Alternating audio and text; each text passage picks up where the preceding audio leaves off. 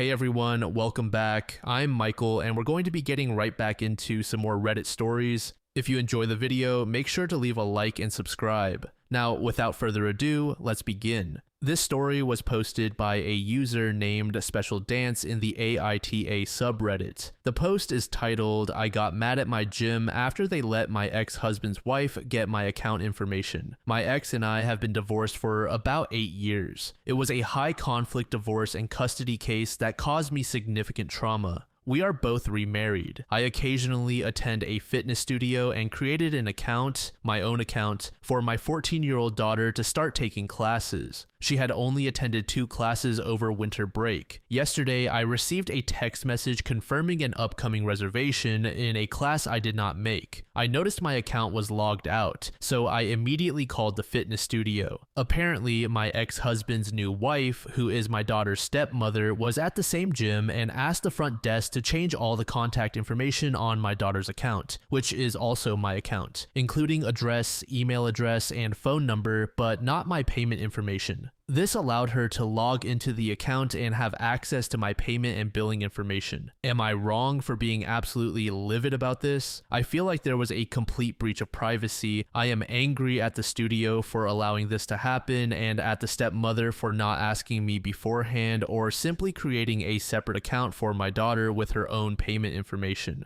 The fitness studio has not really accepted any blame, but offered to change the account information back, stating they were not alarmed because the stepmother has the same last name as my daughter. Apparently, the stepmother was trying to sign my daughter up for classes over the summer, but she never consulted me before making changes and locking me out of my own account. I expressed my frustrations to both the fitness studio and my ex-husband, explaining how wrong this was on so many levels. Now I'm a little embarrassed and honestly worried that my ex will somehow use this situation against me. Update. The studio sent me an email stating that the plan was to have the stepmother use a feature in Mindbody, the booking app that allows one person to pay for another client's classes. I am not sure if this is appropriate, but if it is true, I feel I deserved a heads up. They also said the stepmother did not ask to change the password, but I was unable to log in once my email address was changed. I currently live in a small town, though I was raised in the city. Apparently, the owners of this gym or fitness studio are friends with the stepmother, which explains why they seem to be defending her. They asked to meet in person. After talking to my lawyer, I wrote a response to the studio, listing all my grievances, stating that I did not want further communication, and copied my lawyer on the message. I also filed a police report primarily for documentation purposes. I had not said anything to my daughter about any of this. When I picked her up the other day, she was very angry and said I had made a huge deal out of the situation and now she could not attend the classes. I told her I never said she could not attend classes, though I am now reconsidering that decision based on everything that has happened. She seemed to understand that this was a violation of a boundary, but of course I am frustrated with her father and stepmother for bringing her into the situation like this. You said, "It seems like identity theft. The account was handed over to the stepmother, but OP was supposed to pay for it. How irresponsible are the gym employees?" To this comment, Truthseeker said, "If I were OP, I would cancel my membership and go elsewhere based on this alone because she will never have privacy. Let the stepmother sign the child up using her own account and credit card if she wants." More Keytar said, "I hope OP can have a sit down with her daughter about the dynamics here. You should not keep the peace and allow others to injure you just because calling them out feels noisy. OP needs to explain that she did not create the problem and is taking reasonable steps to avoid being taken advantage of. Her daughter needs to understand that it is not good to just swallow the nonsense people throw at you because conflict is uncomfortable." This next story was made in the relationship subreddit by a user named Is It Real Love. The post is titled, "Long Distance GF has close male friend who likes her. I'm wondering what to do. My girlfriend is righteous, fair, and caring to the extreme. She would not hurt a fly. Case in point, once I killed an ant that was on the table and she actually cried with real tears because she cares deeply and cannot bear to see any being, no matter which one, in pain. Now, onto my issue. We are in a long-distance relationship, and in my opinion, there is a guy at her work who is really desperately in love with her. It started when they became running partners while she was preparing for a marathon. They run together 3 times a week before work, and sometimes these are long runs, 20 to 30 kilometers at a time. They talk a lot during these runs and have gotten to know each other quite well. They also spend time together at work. They eat together and talk more. They are both foodies and exchange things they have cooked, for example, jam in exchange for honey, homemade bread, things like that. Sometimes they go to parties together. As far as I know, he has invited her to parties a couple of times, but she has always declined to go alone with him. If they are at a party together, it is because it is a group event with their shared group of friends. At these gatherings, they seem to hang out together and get along well. Lastly, although she declines to go to parties with him one-on-one, they do hang out together on Sunday afternoons and similar occasions. So I am 100% sure that this guy is seriously interested in her. He does everything he can to spend time with her. Now, from her side, she would not hurt me. For a while, I wondered whether she was capable of cheating behind my back and not telling me. In other words, her version of not hurting me. But I am quite sure that is not possible because we see each other often, every 2 weeks, and it is miraculously amazing every single time. I have never seen such synergy in any couple. Everything, the conversation, the love, the activities we do, the sex, absolutely everything is perfect. We talk on the phone all the time, every single evening. There is literally no available time in which she could actually cheat on me unless she met up with him from 4 in the morning to 6 in the morning or something equally ridiculous. She is quite blunt. I do not think she would hide something like that. She is not the type to be afraid to break up. If she felt like it, she would do it because it would feel right to her. Having said all this, I do not know what to do. Just as I am completely certain that this guy would love to be in a relationship with her, I think she is also not indifferent, and she would definitely go for it if she were not with me. They are a pretty good match. They have similar backgrounds, they work at the same place, like hanging out at the same spots, and speak the same language. He is a cool guy, young, smart, athletic, and has a lot going for him. It is a funny situation. On one hand, it is wonderful to have a partner who is so true to you. I am confident she is not cheating. That is not the problem here. On the other hand, I am also pretty sure that if we were not together, she would be with that guy. It would make sense for her to be with him. So the question is that an acceptable situation? Could one see it as her keeping the guy as a backup in case we break up? And is that an appropriate thing to do? Is it an indication that I am not providing her with enough proof of my affection and she believes there is a possibility of a breakup? Alternatively, she is somewhat naive about many things. Is it actually possible she does not notice anything, that she honestly thinks they are just friends and that he has no special intentions? If she is keeping him as a backup because she is afraid of a breakup, unfortunately, I cannot take things much further to give her a sense of security. We are long distance, so I would not do something drastic like proposing to her when we have never lived together. I suppose the only reasonable thing I could do is quit my job and move to her city, but I love my job and am doing so well that it would be very hard for me to do that. For the eventual plan, when we do move in together, we plan to choose a city where I can keep working for my company. There are many such cities, but unfortunately, the one she lives in is not one of them. Sometimes I almost feel bad because they would make such a great couple. I feel like I should just make it easy for her and let her be with that guy, ending the long distance, letting them get married in their city, and have a happy life together. With me, we have another 1 to 2 years of long distance to get through, and then we would probably both have to move to another city to be together. We have talked about it in depth. We are both okay with that plan and cannot wait to move in together. But when you take a step back, it would just make so much more sense for her to be with him instead. I suppose love does strange things sometimes. I do not know if I should bring any of this up to her, as for now, nothing bad is actually happening. I just want to avoid a situation where in a year she suddenly has a change of heart and chooses him, and we all realize we have lost a year of our lives. Frankly, if that happened, the two of them would still be fine, but I would be the biggest loser since I would be all alone and would have to start everything over again. The most frustrating part is that this would not even be a question if we lived in the same city. Then she would obviously spend all her time with me and not have so much time with this other guy. I do not know what to do. I am happy with her and she is happy with me. I just do not want to wake up one day and realize it was all a waste. I am in my prime years now. I will not be any more in 2 to 3 years. Edit, maybe a reasonable thing to do would be to talk to the guy. There are not many opportunities for me to do so, but he might be at a gathering that we are going to attend next weekend.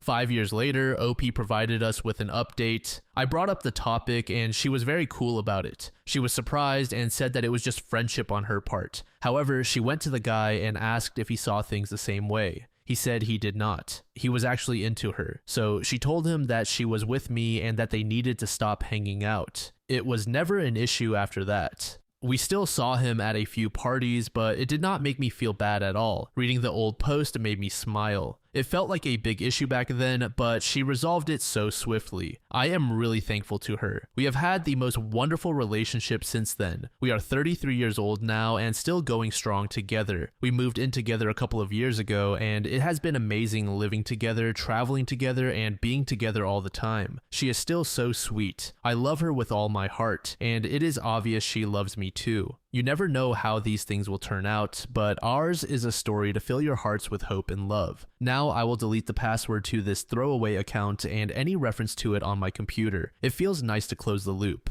Hygor Bohm Hubner said, finally, we get a good ending in one of these stories where someone is clearly into OP's girlfriend, and the girlfriend shuts that down as soon as she realizes. To this clean professional said, I kind of do not know how to feel about this post because I have seen so many posts where someone was clearly actively pursuing a poster's partner, and the poster was oblivious and dismissive of their partner, only for the other person to bluntly announce their feelings or for the partner to outright cheat, that I started to get prematurely annoyed at the girlfriend because I was sure this is how it would end. Then it ended like this and I was like, wait, she is a good person and she communicates and everything is fine. It was like mood whiplash. YOLO Zolo said, can we talk about how he was 28 and thought he had 2 years left in his prime? Are men washed up at 30 now? I am in trouble. To this user trying to stay unbanned said, I remember turning 26 and being very upset that I only had 4 years left to be hot. This unfortunately led to a lot of regrettable and ill-advised choices. I remember being terrified at 26 of one day being 50. To me, 50 meant grandma, warm sweaters, making cookies, knitting menopause, and basically being completely asexual. There is nothing wrong with being that way. I just felt it would be a complete reversal from who I am and never wanted that. I am blessed in that I had a handful of uncomfortable hot flashes for a few months and then stopped menstruating. And aside from that, menopause changed my life in absolutely no meaningful way. I can honestly say I am more conventionally attractive now than I was at 26. Other than having much more confidence and a much lower tolerance for nonsense, I do not feel any different compared to my past selves. But I look back at 26-year-old me and chuckle, shaking my head slowly from side to side. She had so much to learn, starting with the reality that no, your late 20s and early 30s are not necessarily your prime. They might be, but they are not determined by fate, and it is okay if you do not have it all figured out yet. There is time. But there is no way 26-year-old me would have listened to that. She was far too impatient. This final post was made in the AITA subreddit by a user named Restaurant Conflicts. The piece is titled, I took the only 2-seat table in the restaurant for myself. I am a 35-year-old woman who has given up on dating but still enjoys date activities, so once a month I take myself out on a date. I go to the movies, museums, and even play mini golf by myself. I always treat myself to a nice lunch or dinner around 3 or 4 in the afternoon. After the lunch rush, but before the dinner rush, so I have plenty of time to enjoy my food. For my self-dates, I always look for a new restaurant to try. On Saturday, I found this great little Mediterranean place. It is a real gem, hidden away at the end of a strip mall with murals on the walls, lovely guitar music, and only about 7 tables in total. When I arrived, only one other table was occupied, and I sat at the only 2-seater table. The waiter brought me my drink, and I had just placed my order when a couple walked in. They looked around the small restaurant, saw me at the only 2-seat table, and approached the waiter. I was reading on my Kindle and not paying attention until I heard the waiter say, "There are plenty of other tables." They whisper-argued for another minute before I heard the man say, "She won't take that long to eat. She's all alone." The woman huffed and they sat at the 4-seat table right next to me. They ordered waters and loudly said they were still deciding what they wanted, but it was clear they were stalling because the woman looked directly at me as she said it. I chose to ignore it. When I treat myself to self-dates, I go all out and order an appetizer, soup, or salad, and entree. My appetizer came out and I clearly heard the man say, "See, it's just a small meal. She'll be gone soon." I did not say anything and just enjoyed my food. When I finished, the woman grabbed her purse as if she was going to dash to my table before someone else came in, only for the waiter to bring out my soup. I took my time eating the soup as the waiter again asked the couple if they were ready to order. The woman said they were still deciding and needed water refills. Then my entree came out. As soon as they saw it, the woman said, "Are you fucking kidding me?" The food was amazing, and even though I knew they were waiting for my table, I took my time appreciating my meal. Halfway through, the waiter again asked them if they were ready. The man said he was starving and ordered. The woman was clearly not happy, but also ordered. I was tempted to order dessert too, but I was full. I paid my check, and as I was leaving, I saw the couple moving their plates over to my table, which had not even been cleared off yet. At the time, I thought it was hilarious, but when I told my friends about it, they said I had been wrong. They said restaurants like that were for couples on dates, not single people, and that it would not have been a big deal for me to move or get takeout and eat at home. I said it was 4 in the afternoon, not prime date time, and that there were 5 other tables available, but they said I had taken the most romantic table and ruined the couple's date for my own enjoyment. Now I am not sure, and I am asking the internet for an impartial judgment. Update. I just wanted to give my thanks to all of you who left such lovely responses to my original post. I ended up forwarding it to my friends and most of them read it and apologized to me. I know a lot of people said my friends were terrible, but I think they were really just blinded by internalized societal standards for women. They have all said they will back off on trying to get me to date, and I may have even converted one of them to my way of self-dates. My friend, who is 37, recently went through a divorce and is having a terrible time dating again. She was hesitant to go out by herself like I do, so we reached a kind of compromise. We drove separately to a Japanese garden she had been wanting to visit, but that her husband never wanted to go to. We met up outside, but went in separately. I wandered around the gardens, and she went to a tea ceremony there by herself, so I was still nearby in case she became too nervous. Afterwards, we went to the restaurant from the original post. This time, the tables were configured so that there were several 2-person tables and there was no sign of the couple from the original experience. Again, we went in separately. I went in first with my friend waiting 5 minutes before coming in. I told her beforehand that she could either sit by herself and we would pretend not to know each other, or if she was too nervous, she could just join me at my table. We both sat at separate tables and had a lovely time reading our books, enjoying the food, and occasionally sneaking glances at each other like little kids with a secret. The food was just as good as the first time, and I only ate half of my entree so I would have room for dessert. The baklava was just as good as all the other food, made with pistachio and walnut, real honey, and rose water. My friend had a blast and is now planning her own solo outings to places and restaurants she has always wanted to try. Kata Aju said, "If I were out eating with someone, I would honestly prefer a 4-person table instead of a 2-person one. There is a more space for drinks, cutlery, and plates. 2-person tables are nearly always tiny and cramped, and I hate it." Lysica said, "These people are frustrating. Are you not supposed to ever go to a restaurant solo? Why could not the couple just use a 4-person table and be happy?" Thank you so much for making it to the end of the video, and thank you also to partner of the channel, Gamersupps. Use code DLAM to support the channel and get 10% off of your purchase, link in the description. I'm sure many of you like me have a hankering for daily caffeine, so go check them out. Lately, I've been a big fan of Titty Milk and Acid Rain, but they've got dozens of other flavors for y'all to try out. Anyway, thanks again for reaching the end, and I hope you all have an amazing passage of the next 24 hours.